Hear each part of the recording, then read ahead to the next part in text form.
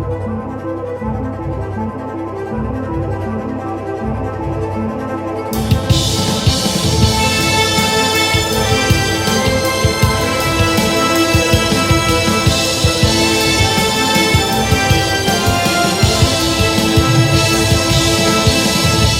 and gentlemen, boys and ghouls, to all of our non-binary friends, to everyone on the spectrum and in between, welcome to another episode of the Shutter Show, the show that's about the stuff that's on Shutter. David, how you doing today?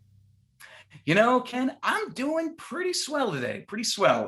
Cat allergies are killing the crap out of me, so I apologize if my voice gets a little breaky and I sound like a high school student going through puberty.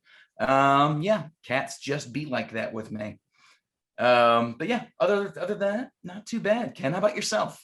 Oh, not too bad, not too bad yourself. David, do you have cats in your apartment? Where are these cats? No. My fiance, the boss that she works for, is currently on vacation, and so she is house sitting their very nice Hollywood pool house for two straight months, and she takes care of a gym of animals, or not a zoo of animals, and gym of animals. They all do CrossFit, by the way. But there's like 4 cats there, and she decided to keep some of the cats in one of the rooms in the pool house, and they're at that stage where they're putting off all the dander, and it's killing me something fierce. But she tries so hard. I feel so bad for her. She tries so hard to make it livable for me, and my body was just like, nothing you do will matter. I am so sorry. But yeah. Well, speaking of nothing that you do, it does matter. David, what movie are we talking about this week? Oh wait, Ken, before I say what movie we're watching this week, can you regale me with what's going on with a specific video of ours on our list of movies? Oh, okay. That we've discussed. This is fascinating, and I have to hear about it. One of the movies that we covered not that long ago was a little movie called Ken Russell's The Devils, which is fascinating as a film for the reasons that it has never quite gotten a proper release from Warner Brothers. They have always kind of danced around releasing it. There have been various bootlegs. There have been various releases of it to HD streaming, but without a proper HD Blu-ray or 4K release. And for whatever reason, someone involved with the Space Jam 2 movie thought it would be very, very funny to include the nun from The Devils as one of the background characters in Space Jam 2. And as a result, our episode has gotten a good 15, 20, 30 extra listens in the last week than a lot of the like some of our other episodes. It's not that particular episode was more, like it's not the most popular episode that we've had, but it went from a medium episode to a highly listened episode because, at least from the only thing that I can figure out, is because Space Jam 2 chose to involve the nymphomaniac nun from The Devils in its background scene, despite the fact that they haven't released the movie to properly. It is one of those, someone clearly got away with something. Someone thought it was really funny. Like that nun looks silly. Like I bet, yeah, not knowing a single thing about who that nun was, and if they'd known, they're like, should we remove it? It seems so obscure that I don't.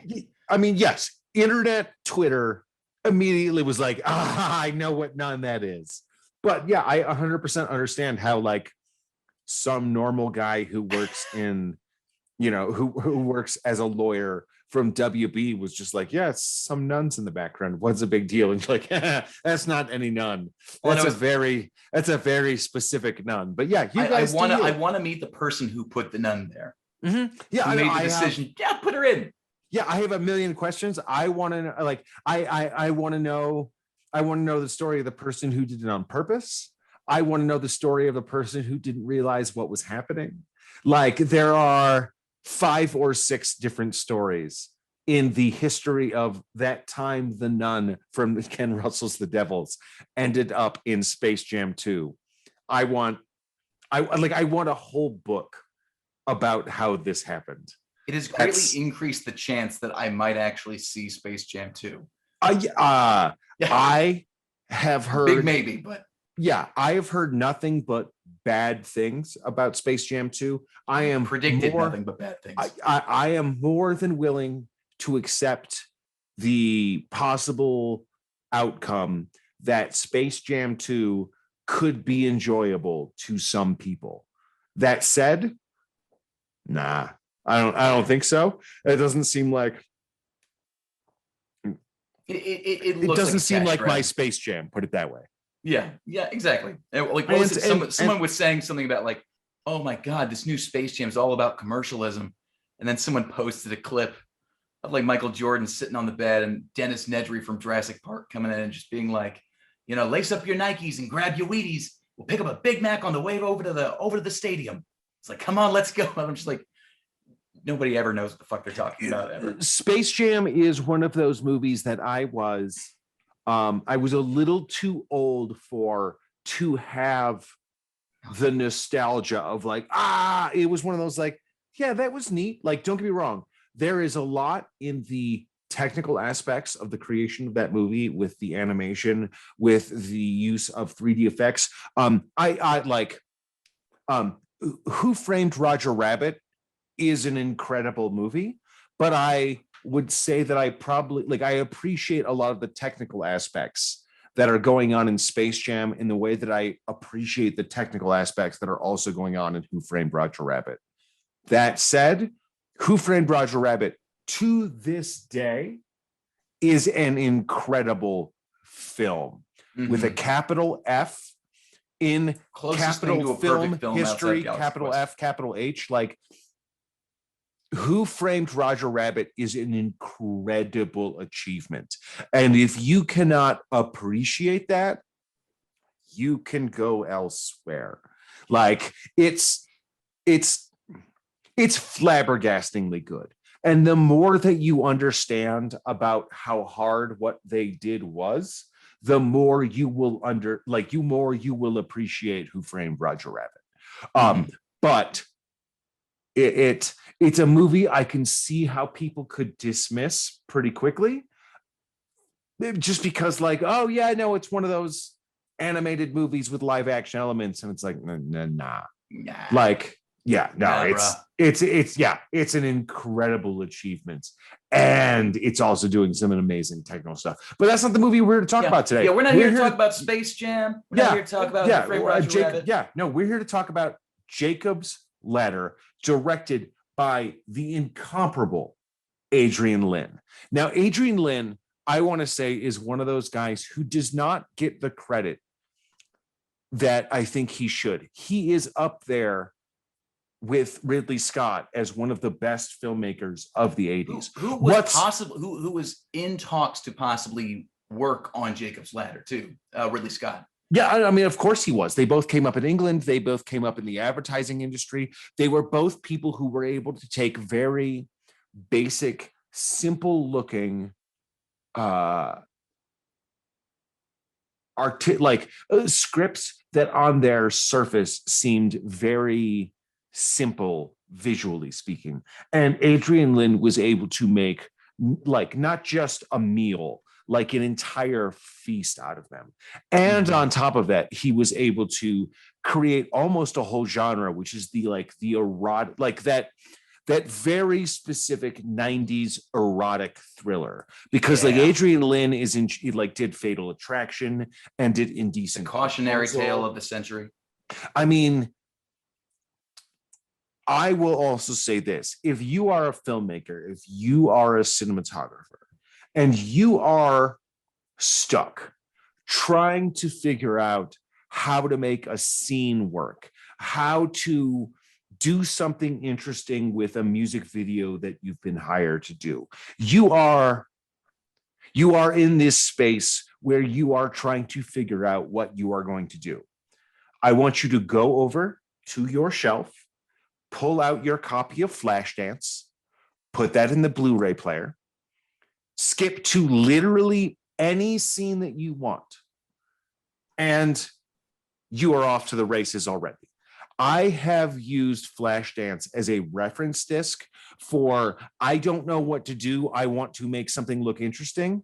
I just go to a random scene in Flashdance, and usually within 5 to 10 minutes, I have an idea, a thought process, an approach, something that is going to make what would normally just be, some lady in some lady working in a building, some lady in a street in Pittsburgh, somewhere, like, you're going to find something visually interesting. And that is something that I think that Adrian Lyne brings to Jacob's Ladder, a movie that on its surface does not have a lot going for it visually.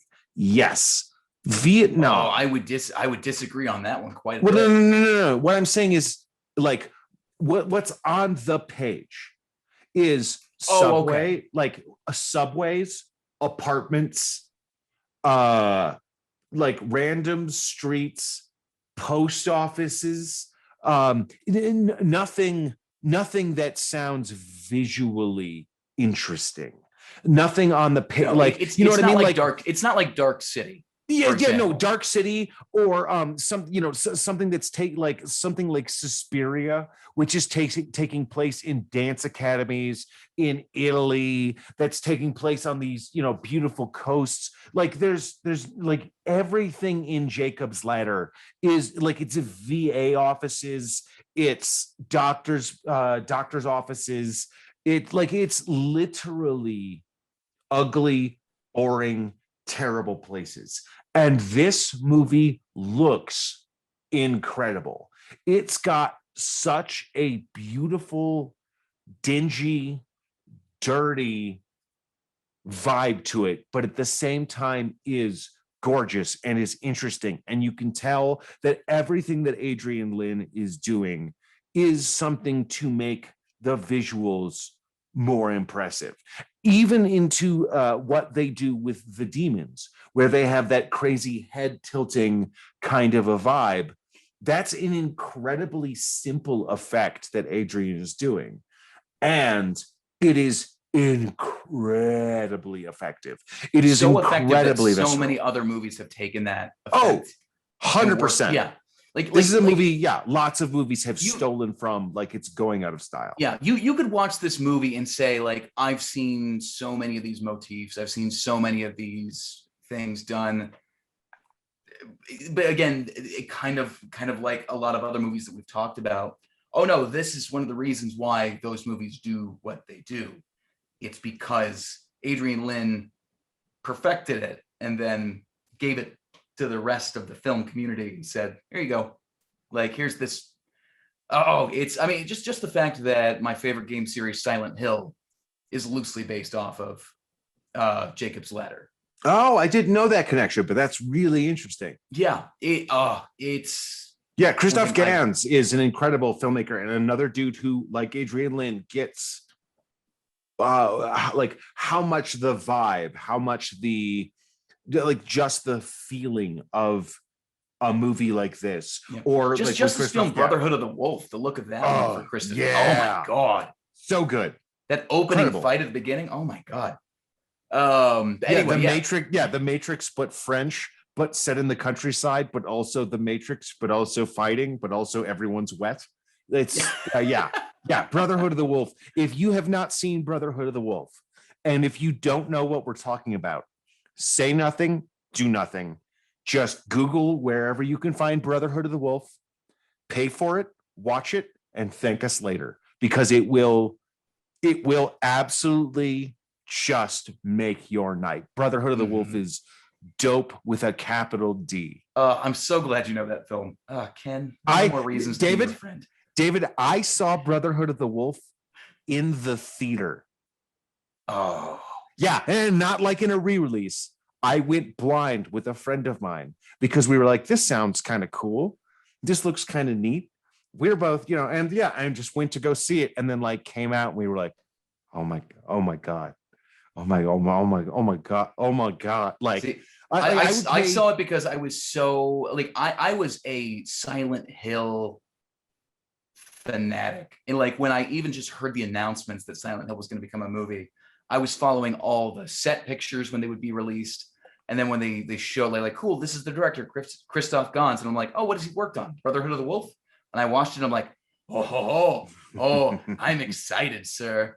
And say what you will about Silent Hill, I still think to this day that is the movie I have seen the most of all the movies. That is weird. I'm 100%. David, I love you to death. You're one of my best friends, and it is weird that the movie that you have seen the most is Silent Hill, because like I like Silent Hill, but like that is how much I was obsessed with, and it like. Mm-hmm. If they released a new Silent Hill game, and if they like announced it today, I would be just constantly refreshing my webpage, being like, I mean, like the movie that I've seen the most is Empire Strikes Back, and like, and no shade being thrown. There's just such a wild difference between. Yeah. Oh, and I understand that Silent Hill is not a perfect movie, but it is just the because he nailed, like Christoph Gans nailed the look of it. Oh, the look and the smell of that movie are perfect. Yeah, just like it makes like Adrian almost Lyne no with sense. Jacob's Ladder, like it, like you could just smell everything on screen. I mean, smell, I think is a term that I like to use when it comes to filmmaking that I don't think it's used enough to describe the je ne sais quoi of an atmosphere, of a vibe, of a feeling that a movie can get you. And smell is one of the only ways to really describe it, where you're like, that's not the main thing you're there for, but it becomes this thing that kind of permeates the environment, that creates a atmosphere in which you can view it. And once you surrender to the smell that a movie has, it can really take a movie that for a lot of people, or for a lot of the audience, is pretty okay, take it or leave it, can really, at least for me, allow, like, surrendering to a movie's vibe and smell, man, let me tell you, can create some of the most interesting environments as a viewer that you can get, because you are letting the movie play on its own terms. You're not trying to do your own thing. You're not trying to make the story your own. Like a great example of this, I think, is a movie like High Tension, which is an incredibly effective movie that doesn't work for me, but I just know so many people who it has wrecked.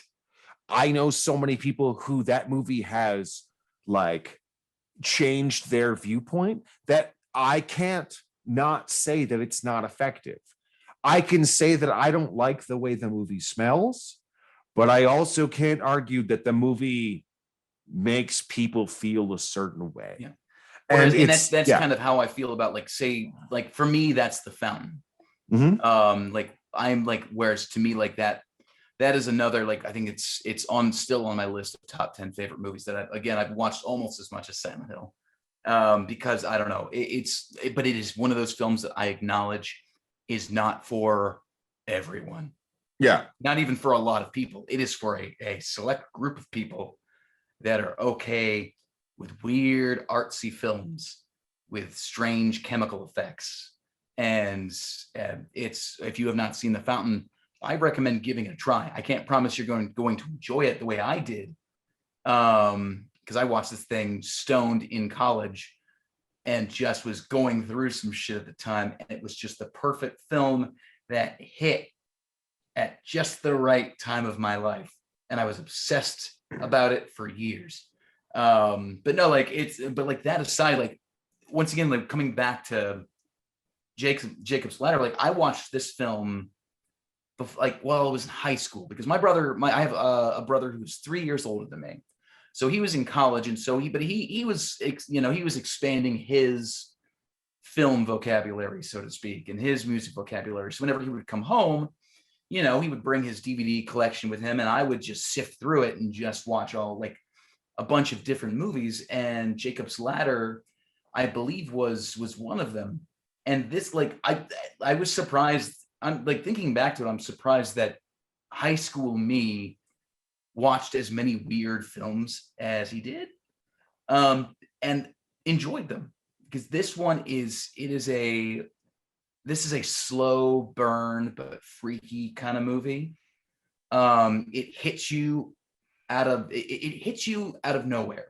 Like, it has little moments that freak you out, but then it doesn't. And it's one of those films that, with the exception of maybe one scene, it doesn't explain anything to you. No, not at all. The dialogue explains almost nothing, with the exception when he meets the chemist, which I'm going to try not spoiling anything for a couple of minutes while we talk about this, even though the spoiler is technically in the title. But this is one of those films that was so perfectly cast, so brilliantly shot, so well written, and at the same time kind of controversial in how people feel about the ending.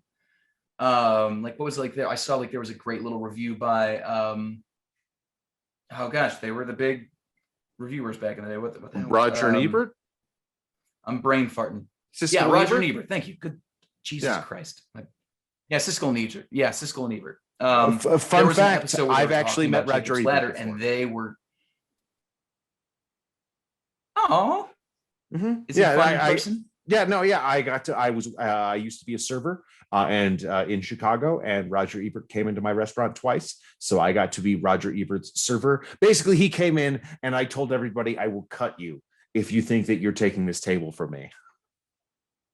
Siskel and Ebert, they, during their review of this, they were a little combative with each other, as they are wont to do, about the ending of this film, without talking about the ending fully just yet.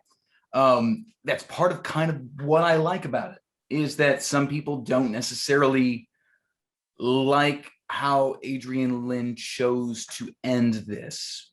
Whereas there was I a personally huge fight over the ending. Like, it was like a 50-50 down the line. Yeah, I mean, it was a real, like, Adrian Lyne and the producer and Tim Robbins all kind of pushed their chips to the middle of the table, and we're like, yeah, no, we're gonna do it this way. And if you don't like it, sorry. Yeah, it's one of the few complaints that you'll really hear about this film, is that ending. And I don't agree with the complaints against it, which by the way, perfectly fine. Like, if you did not like that aspect of it, no judgment. Like, I totally get it. I find the ending overall to be more nuanced and complicated than people tend to talk, than people tend to make out of it. It seems people's, how they talk about it seems, how the complaint about it seems very simple. This movie, I think, is this is a great example of one of the movies that you can point to as the kind of movie that people get upset about the ending. The Gray is another good example. Yes, no, yeah, no. The Gray is another great example of, you're either kind of on board or you're kind of not.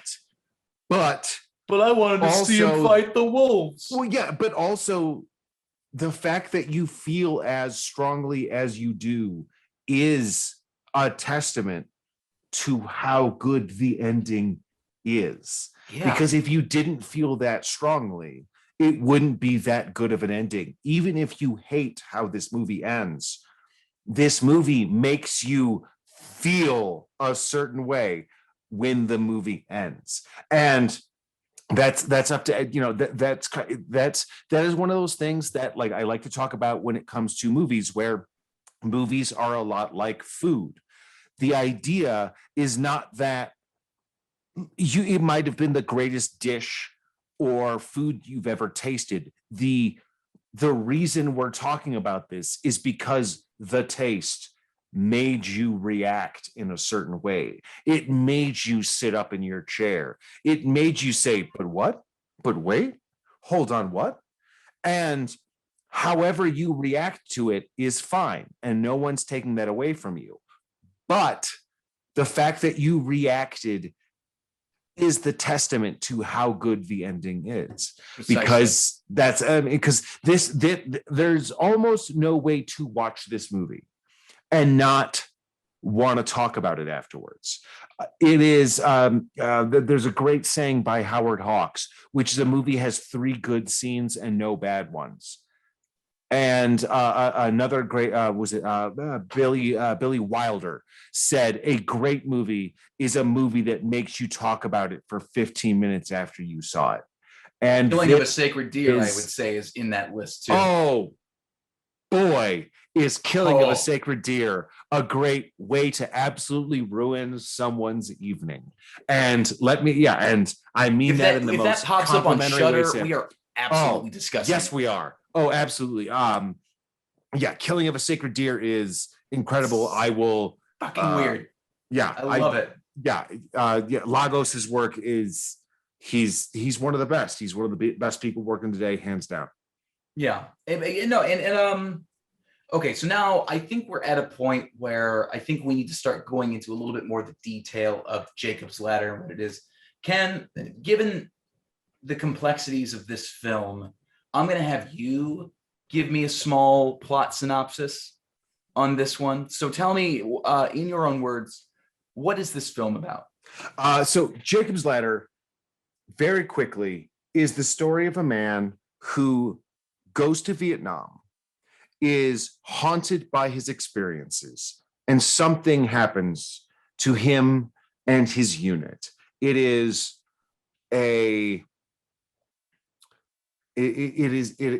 something goes wrong. Something is not right. As much as war is something that people experience in various ways, something goes wrong in a fundamental sense. And Tim Robbins' character then returns to the United States. He is a doctor who has given up being a doctor. He is choosing to be a mailman instead of doing something with his degree. And over time, he realizes that something happened to him and his unit in Vietnam that is following him, is haunting him, is on his heels. And over the course of the movie, we and him come to realize what is real and what is not. Maybe is I don't know, maybe the best way that I can kind of lay this out. Yeah, it is a movie. Like let's be very clear. This is not a movie that provides its audience with a lot of answers. No, it's the point of it is to lead it up to audience interpretation. Yes, so it is a movie that leads you with a lot of questions, but it is also a movie that provides you with a lot of answers. It is not a full-on art film. Something that I kind of was joking about while I was watching this was actually, I believe this movie is pronounced Jacob's Ladder, because like it's an art film. Yeah, I mean it's loosely based off of Dante's Inferno. Yes, it's loosely based on Dante's Inferno. It is definitely, it's not an art film with a capital A, like some stuff by Antonioni or Fellini or you know what I mean? Like this is a very horror friendly, audience friendly viewing experience. That said, that doesn't mean it doesn't have some challenges to it. It doesn't mean it doesn't ask some questions. It doesn't mean that it's not asking the audience to do some of the work. But it's also not just laying everything out for you. It's not a movie that gives you all of the answers that you might have. And it's definitely a movie that will leave you with questions that you want to discuss with someone else at the end. The thing that I think this, so I don't want to sound too much like a crazy Libra, but as a Libra, the thing that I think this movie does better than almost any other film that I've seen is it creates operatic realism in a way that I don't normally see. Usually when you're trying to do something that big but that realistic, you just end up with, and no offense, some real Nicolas Cage scene chewing nonsense.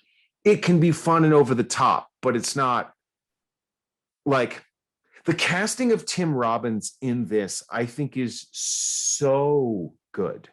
Mhm. And the casting, and I of think Dan, they were possibly to give you an idea of what they were going for. They one of the other options was Tom Hanks. yeah, no, Tom Hanks, Very down to earth, nice person. yeah, You want him to do well. The casting of Danny Aiello as the chiropractor, another great example of someone who is bringing something incredibly grounded and realistic to an utterly insane situation. And getting that casting right is one of this movie's incredible achievements. This movie starring Nicolas Cage, this movie starring Don Johnson, this movie there's so many actors I can think of who would have taken this role over the top and made it not work. And what's so great is how little Tim Robbins does and how much that makes this movie feel like it's something that's happening to you. It's the fact that this movie feels like you're going insane. Yeah. And not it is like so you've gone grounded crazy. in realism while it Yep. drives you insane.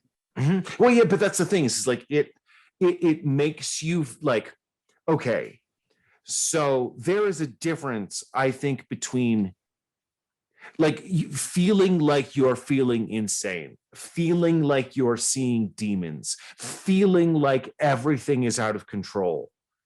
And then what I've got to assume actually going crazy feels like, which is where you feel like you're going crazy, where you know what's happening is wrong. Yeah. And that's what's so upsetting. And it goes from disturbing demons to conspiracy theory to feeling like the government is after you. The government wants to silence you. There's the amazing scene with Dr. Carlson's office where he just goes and the lady is like, yeah, I don't think we know who that guy is.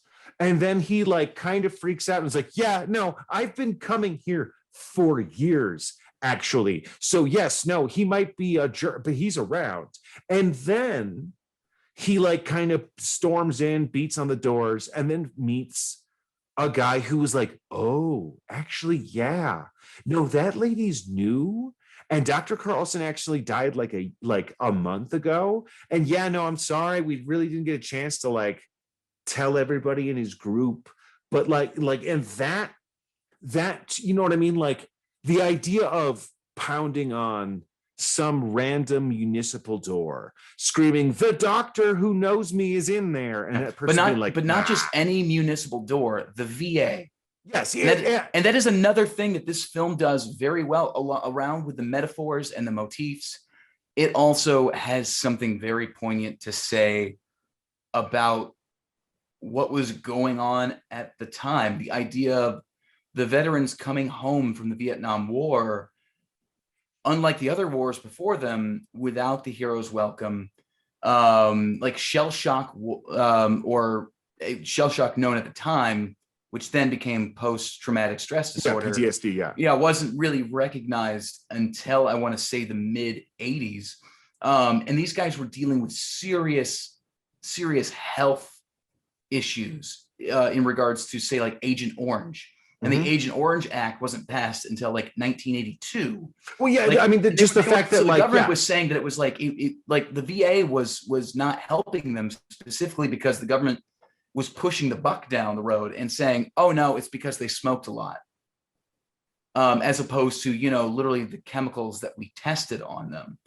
And like, it's, and I'm going to go into a little bit more detail in Vietnam in a little bit, but I definitely want to finish this thought first, because I definitely want to dive into that. That's like, there is so much being said in this film, but at the same time, it has so many religious and non-religious metaphors. Like, and this is coming from somebody who is stupid atheist. Like I believe in nothing but the, like, once again, to respect to everyone else's beliefs. Like, I believe in the all-consuming chaos that is the universe and the randomness that it creates.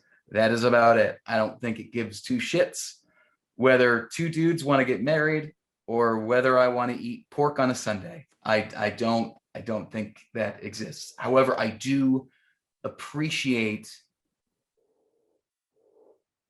religious texts and the beauty that lies within it, and the idea that we as a species evolved around religion as a way to understand the things that couldn't be understood, and in some ways still aren't understood.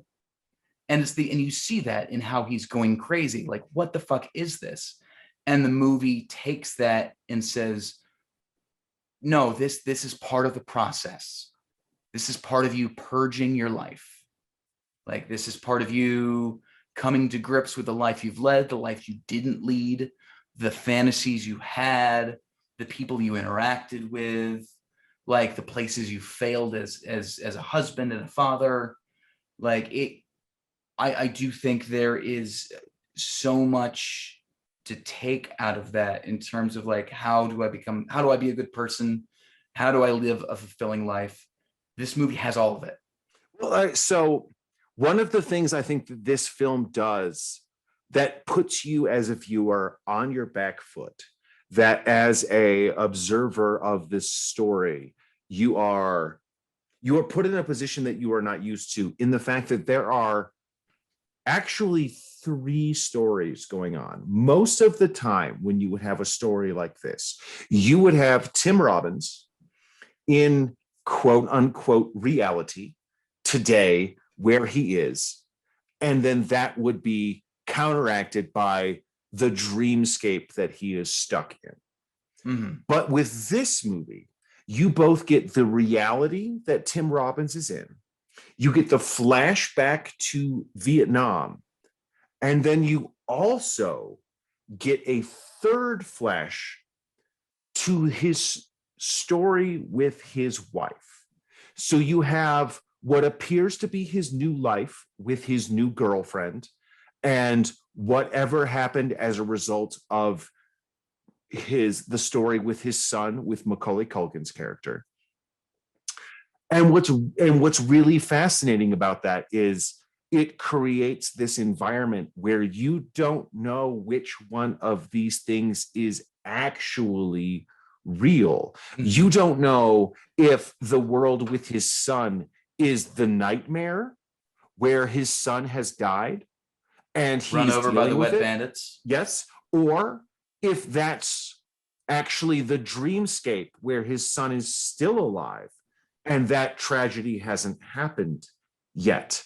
And then on top of it, the story that is happening with him in reality that is happening in New York, that you're not sure actually is reality or not. And that, I think, is one of the most fascinating things about Jacob's Ladder, is that 3-tier storytelling technique where because like almost always in one of these movies, you know which foot is in reality, which story is fake. Even if you're looking at a lot of television shows, like where they have that motif of, well, maybe the person's dead, maybe they're alive.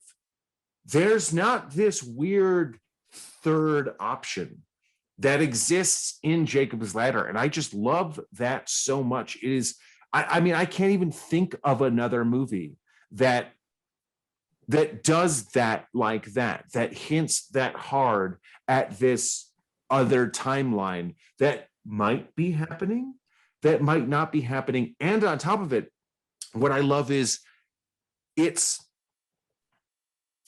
you're not sure which is the reality, like which is the nightmare and which is the dream. Because the nightmare 100% could be, man, I wish I could just go home to my family and cuddle everybody and snuggles. And you can't. And that's why it's a nightmare. Or the nightmare is you've abandoned all of that. And now you are just trying to like make it in New York with your new girlfriend. And like, yeah, it's not the same as your wife, but like, there's some happiness to be yeah, there's some happiness, like, and that's what's crazy is like how much of a hedged bet the other nightmare might be. Or is it a nightmare? Or is she a demon? Or is she there to make things worse? Because you have the moment where it's like she screams in his face. Sorry, what is the line that she says?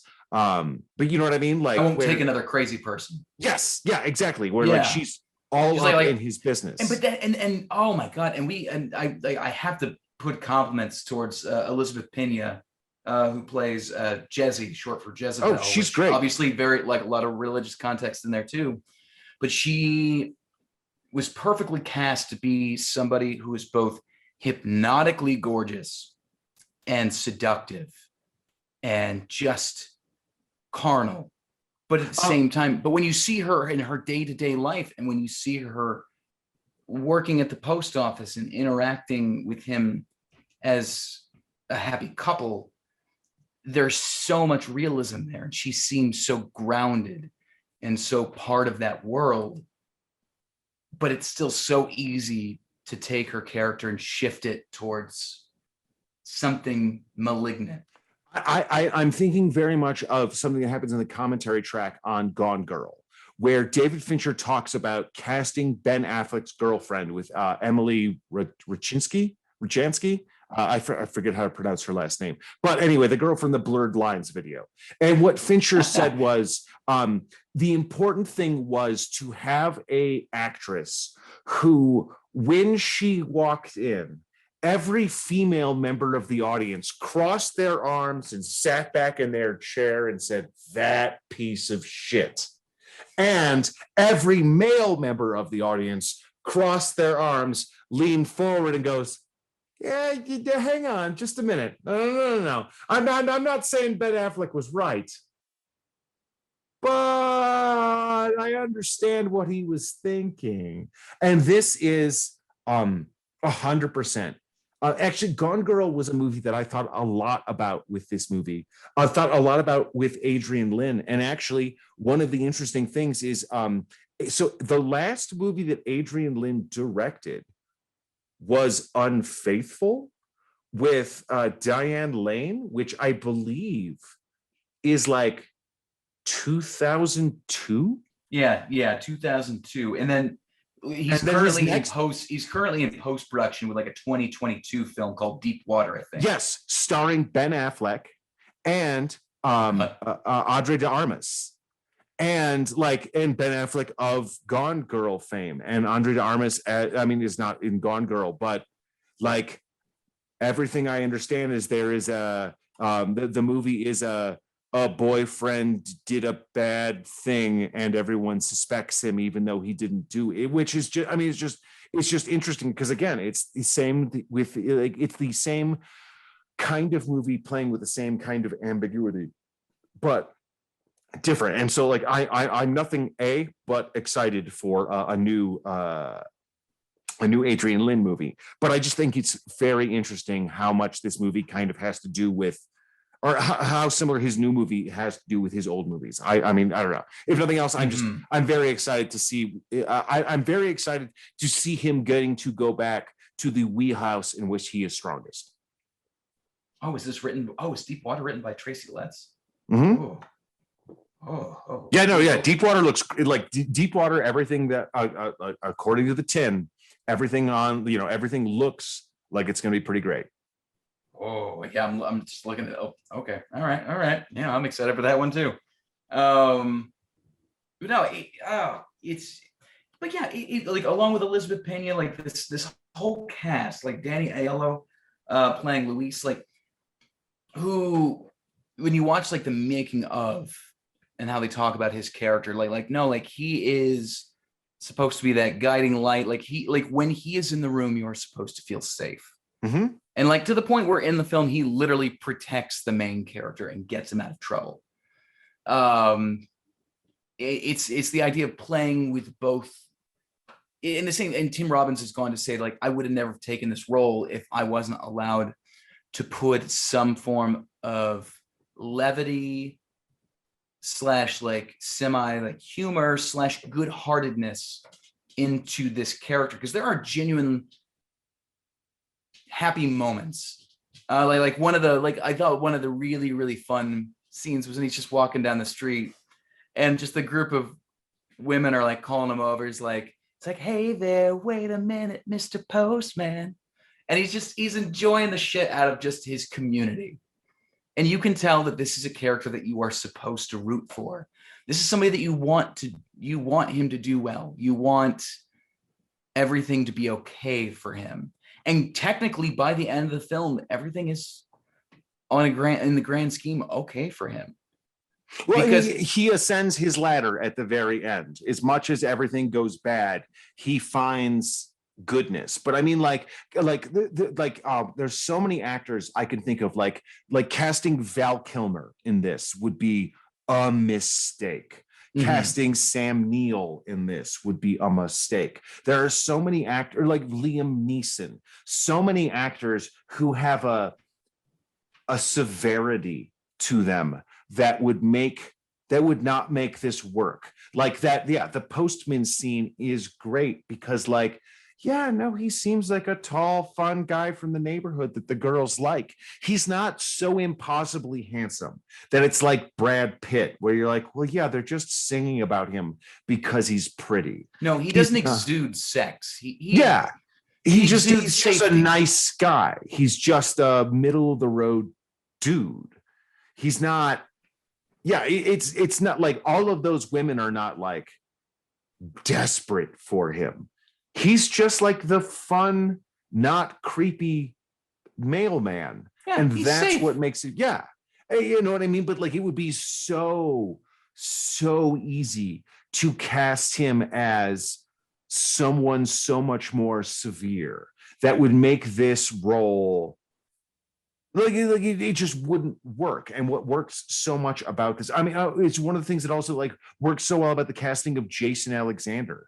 It just makes him feel so real, and that this movie is grounded, and that as much as everything crazy is going on here, you feel like you know exactly how Tim Robbins is feeling. You know what that moment in the subway feels like. You know what that moment at the end of a streetlight feels like. You know what that moment of feeling like something's a little crazy, something's a little intense, something's a little off. Yeah. But and the things that are off are done well because, and that's the thing, like things that are off are done well because you don't see a lot of it.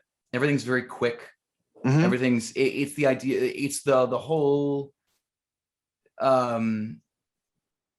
it's the whole method of less is more. Yes. Like the party scene where his girlfriend is literally getting fucked by a demon. You don't see the full demon. You see glimpses of it, and the flashing lights make it even harder to figure out what that is. And it's strangely like sexy, but then it gets more and more intense. There's this great building action, but I love the fact that like when you see the legs of this creature, this demon, it's literally a crewman on like doing a handstand in this prosthetic and like wiggling his arms around like this.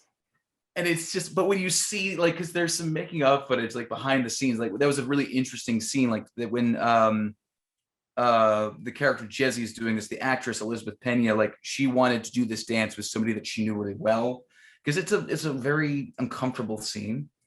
And so yeah, like one of her friends was the guy dancing with her, and then like a crewman that she was comfortable with was the Satan legs and the weird. And then there's a weird cut where she takes the horn that comes out of her, which is supposed to be, I guess, demon come. Who knows. But like it's just this giant horn that she puts in her mouth and just tilts her head back and does that really nice fast supercut of it. It's such a good sequence and such a great shot. But there's tons of little moments like that. I also recommend that people check out the semi-alternate ending / deleted scene, because there is a lot of creature effects from the deleted scene that a lot of us didn't get to see, which is where the guy explaining the LSD project to him says, I actually synthesized an antidote to what you're going through, and I'll drop it in your mouth, and it's going to be intense, but it'll work. Turns out, like, it doesn't work because he's in the same situation that he's always been in. But you literally see the demon coming through the ceiling, and they had like a pressure hose that blew air into Tim Robbins' cheeks, all while this machine underneath the bed like rotated, like just like shook him to like an inch of his life. He felt like he had a concussion by the end of it. But like blew air into his mouth where it looked like it expanded his cheeks, and they were dripping all this blood on him. And there's this weird demon eye looking in from the crack in the ceiling. And it's if you have the chance to check out the deleted scene, either on YouTube or whatever, check it out. It's fascinating. But yeah, there are times when things seem incredibly grounded. And then, like you said, there's times where you just feel like, am I going crazy? Is this what crazy looks like? And yeah, but the ending, I kind of have an issue where people are like, oh, so he was dead the whole time? To which I just go, no, he wasn't dead the whole time. Like the point where you see him dead on the gurney, that is literally when he died. And that is when his body gave up. And this whole thing that you have been seeing is the whole, like what was it that somebody compared it to? They compared it to the drug DMT, where it lasts 15 seconds, but it seems like time stretches on towards infinity. And while I have tried acid and shrooms, I have never tried DMT. I would love to. It sounds insane. But it's the idea of your whole, it's that chemical that goes through your brain just as your brain is dying. It's where the whole, like when people say you see a light at the end of the tunnel and your whole life flashes before your eyes. That is the experience you get on DMT. And that is kind of the experience that Adrian Lyne is trying to give to the audience. Tim Robbins is literally seeing his entire life, including things that have not necessarily happened, but that he's imagined, or little bits of what he's imagined, flashes before his eyes. Well, yeah, little bits of reality, little bits of nightmare, little bits of what has happened, what has not. Also culminating in I mean, it's a little late right now, but just trigger warning. If you are epileptic, there is some real seizure inducing scenes in this movie. And also, if you have a problem with needles, there's a real needle going into someone's forehead that will that will send you a shivers if that's a thing that bothers you. But no, 100%. One other thing is, just as we are kind of getting to the end here, something I kind of noticed that I haven't seen talked about too much. Yeah. There is a motif of soldiers with glasses where it is clear that it is a soldier who is supposed to be a soldier, but also is not. Tim Robbins, perfect example of this. He is a little too smart. He's there. He does his job. He shows up. But much like Matthew Modine's character in Full Metal Jacket, who is wearing the peace sign and also the button that says "Born to Kill." That idea of someone who is supposed to be in the army, who is supposed to be a soldier, but their glasses show that they are clearly not natural to this environment. Soldier material. Yes, there is no matter how good you are, you weren't supposed to be here. or no matter how good you are, there is this kind of weakness behind it. And I think this movie is an excellent example, because like Tim Robbins' character is both shown to be an exceptional soldier and by no means like not someone who's like, he's not there's a flower child. His character is not supposed to be there to show the like, he was drafted and he showed up. yes, exactly. He was drafted and he shows up. There's a lot of war movies where the whole point is they were drafted and they shouldn't be there, or they're running away, or this. And this Full Metal Jacket, Platoon, I think, are all great examples of movies where the main character is supposed to both be there and not be there. And Glasses, I think, are a great way of showing that. Yeah. And it's, I mean, and there's a reason behind like him being there, and it's the whole it's the whole sub message that I think Adrian Lyne also wanted to make people aware of, and that was the whole situation with the U.S. government testing like things like, and this was, by the way, tested on both POWs and American soldiers, both without their knowledge and consent. Testing the effects of like chemicals like tear gas, Agent Orange, tranquilizers, hallucinogens. And the one specifically that this movie talks about is called BZ, which is like a chemical compound classified as an incapacitating chemical agent. So veterans who acted as test subjects, like they underwent like horrible side effects, which were, including things like vomiting, dizziness, hysteria, memory loss, unpredictable behavior. And they came back to the States, and some of the long-term side effects were cancer, inflammatory bowel disease, and Parkinson's. Mm-hmm. And the US government just kind of left them hanging. And the experiments were completely classified and only came out, I want to say, around the mid-90s. And it came out like after they were declassified, after that certain, what was that called, with a certain period of time passes where the US government has to declassify specific documents. Yeah, I know what you're talking about, but I can't think of I can't think of the term, but yes, no, I know exactly what you're talking about. Yeah. So, but it turns out like the US military like coaxed volunteers by offering them like 3-day weekends. And when they were there, like they thought they were testing military equipment, and they had no idea that they would be testing chemicals, and drugs. And like, so it wasn't just like BZ, it was like also like LSD. They were all so all of these soldiers, like American soldiers, mind you, were being dosed without their knowledge. And it is an incredibly fucked up part of our history that we don't talk enough about, which is a bit of a habit for us, I guess.